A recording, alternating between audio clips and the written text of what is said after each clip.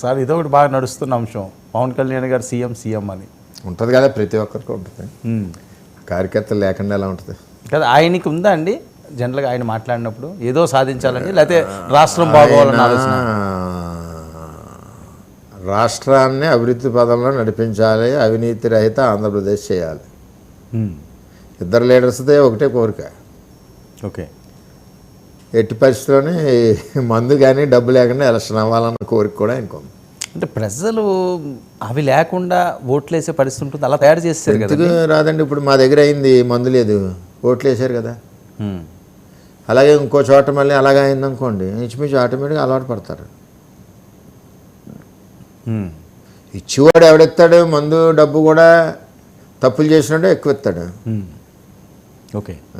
ఇవాళ మరి ఎక్కడి నుంచి తెచ్చాడు? లిక్కర్లో డబ్బు తెచ్చాడు జగన్మోహన్ రెడ్డి. లిక్కర్ డబ్బు ఎవడదే? మనం తాగిన డబ్బే, మన కష్టమే. ఇవన్నీ కూడా ప్రజల్లో ఉందా? ఉంది ఆంధ్రప్రదేశ్.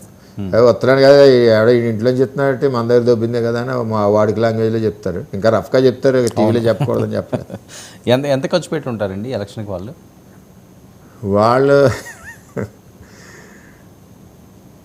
అభ్యర్థి కోటీశ్వరాలు అయిందండి. అంటే దాచుకున్నారు కొన్ని. అంటే కోటీశ్వరాలు అయిందంటే ఎలక్షన్ పీరియడ్లో మరి అర్థం ఏంటన్నది మీరు ఆలోచించుకోవాలి. అలాగే ఇన్ఛార్జెస్ ఆల్ ట్యాక్స్లు వాళ్ళు ఎవడికి అందింది ఆడికి బార్బర్ కటింగ్ అండి. అవునా? అది ఆ యాంగిల్లో అందరూ హ్యాపీగా ఉన్నారండి. సీటు గురించి వాళ్ళు ఆలోచించట్లేదు, ఎలక్షన్ గురించి మనకు వాళ్ళు తెలిసి ఓడిపోతాను. ఓకే.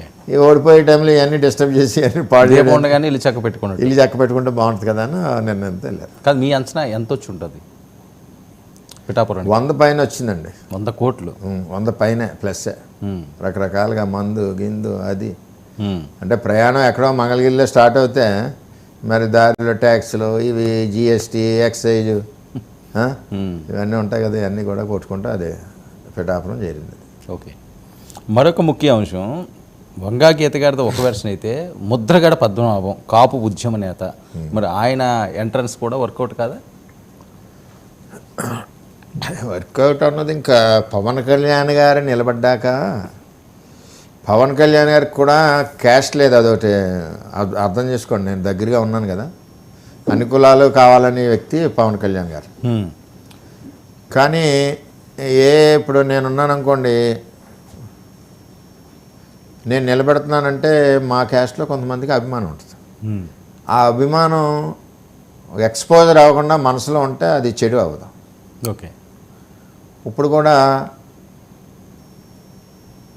కాపు కమ్యూనిటీలో ఇప్పుడు జనరల్గా ఉంటుంది, మావాడు వచ్చాడు వేయాలని ఉంటుంది, అది తప్పని నేను అన్నా. అక్కడ కూడా ఎక్స్పోజ్ అవ్వకుండా అభిమానం చూపించాడు.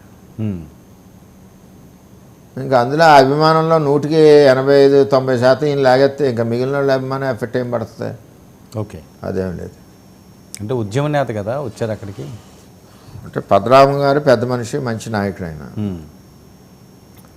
జనరల్లో ఉన్నదే ఎవరో అంటే నా మనసులో చెప్తున్నాను. చంద్రబాబు నాయుడు గారు ఉన్ననాళ్ళు ఉత్తరాలు రాశారు, నిలదీశారు. చంద్రబాబు నాయుడు గారు కాపు కమ్యూనిటీకి 1000-1200 కోట్లు చేసినా సరే ఇప్పుడు ప్రతిపక్షంలో కూడా రాశారు ఆయనకు ఉత్తరం. జగన్మోహన్ రెడ్డిని ఎందుకు ప్రశ్నించలేదన్నది ఈ కమ్యూనిటీలో పెద్ద ప్రశ్న. అది ఓకే. అది నెగిటివ్ అయిందంటారా? జనరల్గా ఉంటుంది కదండి. ఇప్పుడు ఉద్యమం చేసే వ్యక్తి ఎవరినన్నా నిలదీయాలి, ఆయన ఎవరినన్నా నిలదీయగల సమర్థుడు కూడా ఆయన. అక్కడ పార్షియాలిటీ ఉండకూడదు. Okay, right. మరొక కాలర్ ఉన్నారండి, కీరారెడ్డి అక్కంపల్లి నుంచి. కీరారెడ్డి గారు, కీరారెడ్డి గారు, హలో కీరారెడ్డి గారు చెప్పండి. సార్ మాది బరేణపల్లి సార్. మాది రెడ్డి గారు నమస్తే అండి.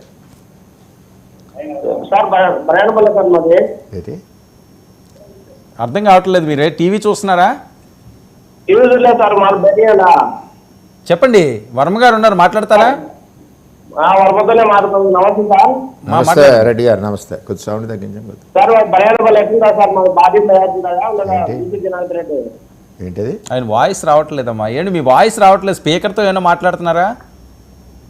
లేదు సార్ మలయాళపల్లి నుంచి మాట్లాడతాం సార్. ఓకే, మీరు మీరు ఊరు వదిలేయండి. ఓకే, బలగానపల్లి నుంచి మాట్లాడుతున్నారు, మాట్లాడండి, ఏం మాట్లాడతారు?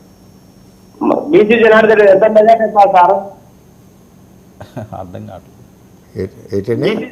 మీరు టీవీ చూడకండి, మీరు టీవీ చూడకండి. మెల్లిగా చెప్పండి, వినబట్లేదు, అర్థం అవ్వట్లేదు, స్లోగా చెప్పండి రెడ్డి గారు.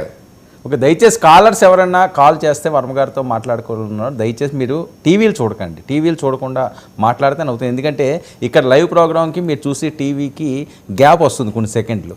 ఆ గ్యాప్లో మీరు కన్ఫ్యూజ్ అవుతారు. ఇక్కడ వాయిస్ వస్తుంటుంది, మీకు అక్కడ టీవీలో కనిపించదు. ఓకేనా? ప్లీజ్. ముద్రగడ గారు, ఆ ఎఫెక్ట్ ఏమి ఉండే అవకాశం లేదా? ఏమండి, పవన్ కళ్యాణ్ గారు ఎలక్షన్లో ఏ నాయకుడు ఎవరు ఎలా ఉన్నా మా పిఠాపురాన్ని నో ఎఫెక్ట్ అండి. ఆయన భారీ మెజార్టీతో కాదు సార్, ఎందుకు మరి ఈయన అంత సవాళ్ళు విసిరి రెడ్డి అని మార్చుకుంటానన్న స్టేజ్కి ముద్రగడ గారు వెళ్తారని ఎవరైనా ఊహించారా? అంటే ప్రజల్లో కొంత ఇది గెయిన్ అవ్వడం గురించి ఆయన లాస్ట్ వరకు అదే చేశారు. మార్చుకునే పరిస్థితి రావచ్చు. మార్చుకుంటారంటారా? తూచ్ అంటారా? అంటే ఆయన మాటకి నిలబడే వ్యక్తి. అది మార్చుకోవడం ఏంటండి? ఎవరైనా మతాలు మార్చుకుంటారు తప్పించి ఈ కులాలు మార్చుకోవడం ఏంటి అసలు? కొత్త టెక్నాలజీ. ఎందుకంటే ఆయన అంత ప్రెస్టేజ్గా తీసుకున్నారు. మీరు అబ్జర్వ్ చేసిన దాంట్లో మీరు ఆ ప్రాంత వాసులే కాబట్టి అంత అవసరమే ఉంది.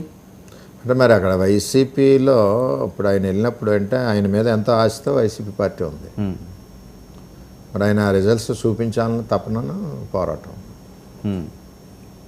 ఆయన తిరిగారా? తిరిగారు, గట్టిగా తిరిగారా?